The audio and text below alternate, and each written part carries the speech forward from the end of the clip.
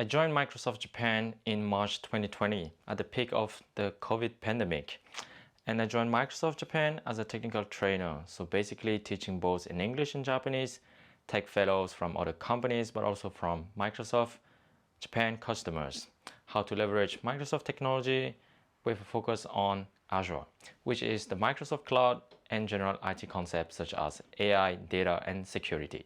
Only 1.5 years later, before even having the chance to meet in person my teammates and my manager, I decided to quit. If you're new on this channel, my name is Philip, and on this channel, I'm documenting my journey trying to build my own startup as a foreign solo tech founder here in Japan. So if you're interested in starting a career or build your own startup in Japan, please subscribe to the channel for similar content. So on March 16, 2020, I joined Microsoft Japan. And before that, I used to work remotely as a full stack engineer at the startup for 7 months. And I usually go to the office once a week to meet colleagues, to just have a few drinks after work. So I kind of miss going to the office, talking to colleagues, having that human touch, and just, grabbing a coffee while talking about work, but also like about life in general. Then when I joined Microsoft Japan, I was so excited to go back to the office. So for the first 2 weeks, I went every day to the office and get to know my Japanese local colleagues. We enjoyed the time spending there. Like the office was really spacious, big, with all the standing desk. And I feel like being part of something big, and that was real. So for the first 2 weeks or so, I was studying and preparing to deliver my first training, which takes the whole day, like 7 or 8 hours straight to present in Japanese, which is not my native language. It was about Azure general concept, specifically Azure Fundamentals course that prepares you for the AZ900 certification. Also, my job involves traveling a lot, or at least supposed to involve traveling a lot, like up to 50% or more. And I wanted to travel and have a taste of that, and that's why I decided to sign for this position. My first business trip was planned to be in Okinawa, which is a Japanese island well known for its beautiful beach. That was planned to be at around the end of April or beginning of May. So I was really looking forward to it. But because of COVID, it got canceled. And also my onboarding week and teammate gathering when you newly join the company that was supposed to be held in Germany also went virtual because of COVID. Then from that point, everything just went online and virtual, and obviously you cannot go to the office anymore. All my in-person trainings just went virtual and online using Microsoft Teams. And when I signed for this position, I wanted to improve my public speaking skill as well, even though I can still learn a lot by just doing virtual and online trainings, but it's just less satisfying than just doing that like in person. So days went by and I was just doing my job from my computer screen from this little tiny room.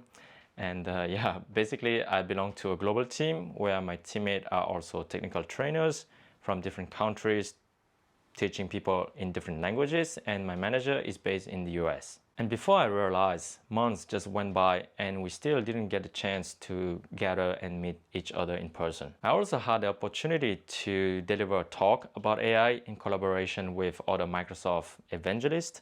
This should have been a good opportunity to meet other people from other teams from different departments.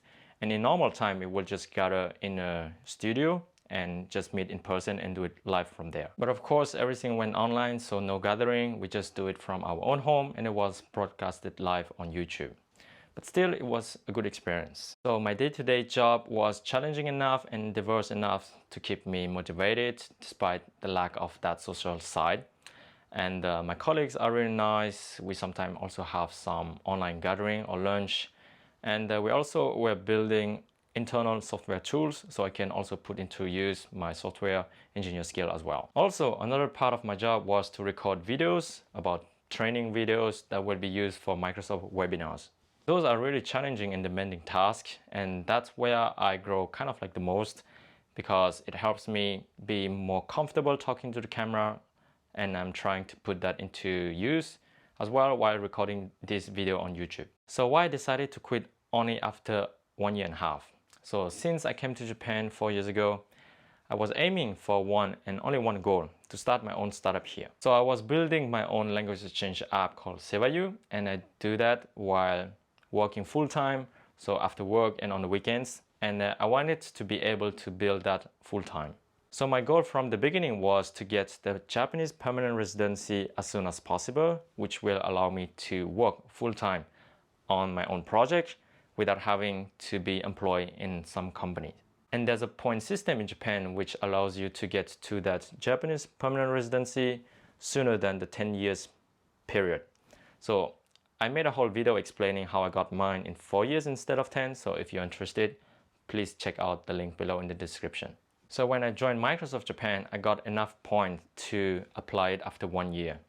And the process takes anywhere from 4 to 10 months. So I was prepared kind of like to stay at least for 2 years at Microsoft Japan, and maybe a little bit more if the job itself isn't really demanding, and I can also travel, and if I can still have time left after work to work on my own app, Seiwayu as well. So my job work-life balance itself is really good. I almost never did overtime work. So after exactly 1 year, in April 2021, I applied for my Japanese PR, and to my surprise, it only took me 4 months, which is the official shortest period of waiting to get the approval. Then my decision to whether stay a little bit more at Microsoft or just quit was quickly made. So the next day I told my manager that I will quit to pursue my own dream to build my own startup, and the decision was made, I guess, long time ago.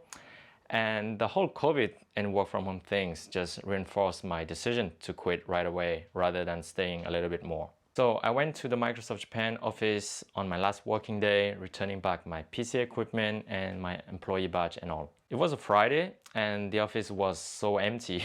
There was basically nobody on the entire floor, nobody at the cafeteria where you usually come to relax and kind of like get to talk a little bit with your colleagues. Then I had a last online meeting with my teammates on Teams.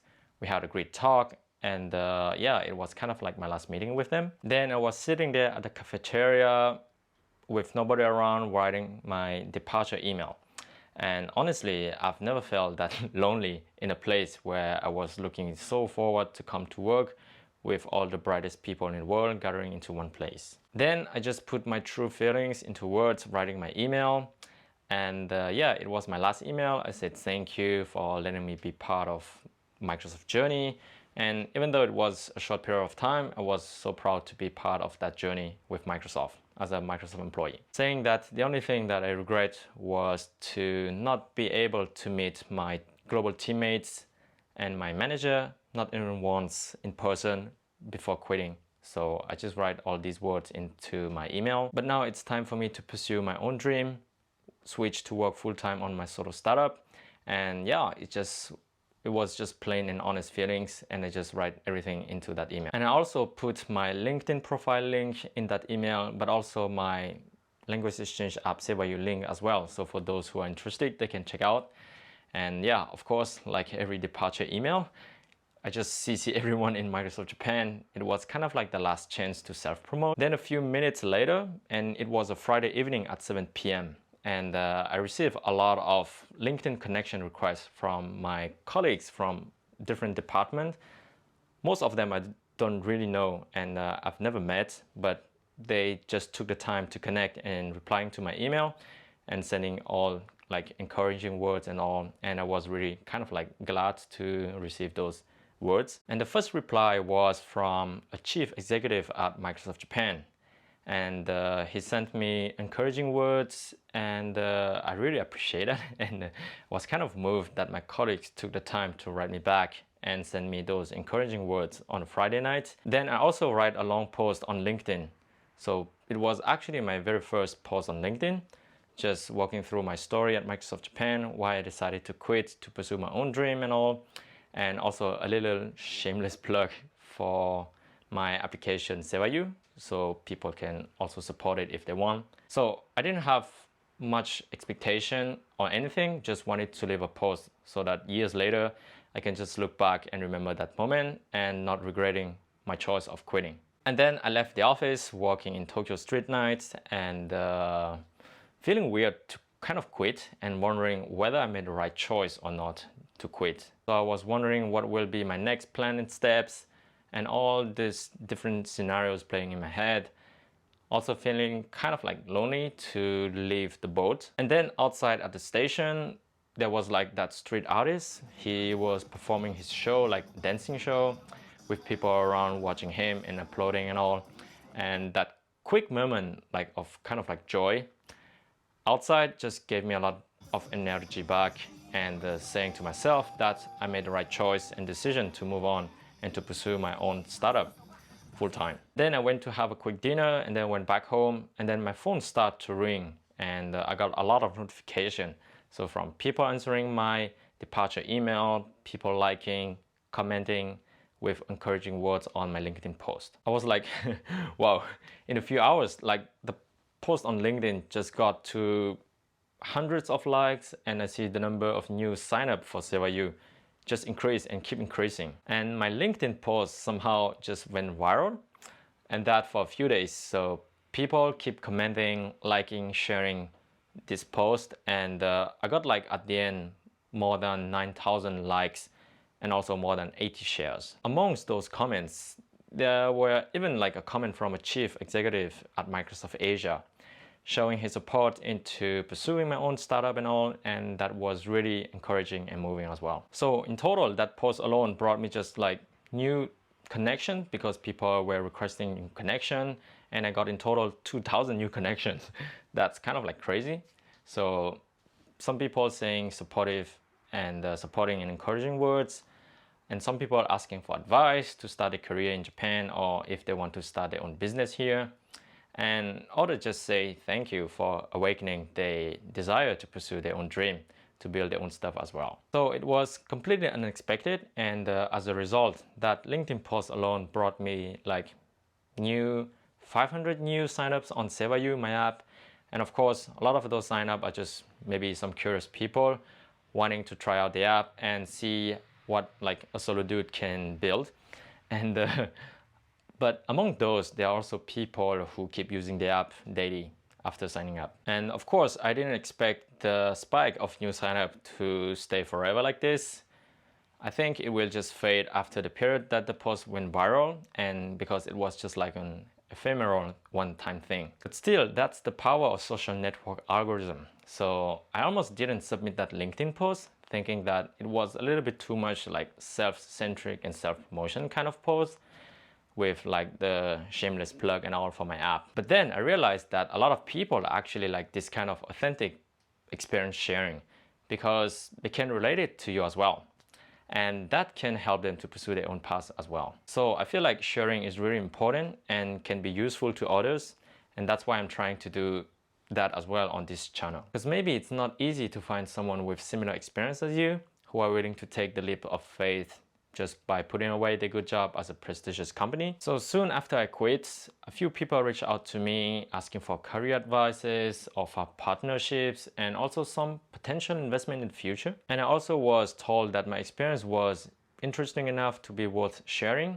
So a company called TokyoMate, so a Japanese company based in Tokyo, reached out to me for an interview where I can share kind of like my experience building alone my app SevaU, how I got to that Japanese permanent residency in 4 years, and my overall experience in Japan. So if you're interested, please check the link in the description below. There's the audio version and also a transcript with that. So now my day-to-day is filled with coding, improving the app itself, trying to retain SevaU's members, acquire new people as well, doing marketing a little bit to gain more visibility, and also trying to make these YouTube videos, just sharing my experience in this entrepreneur kind of like journey. And the other day I was also asked to share my experience building SevaU at a small event as a friend's company.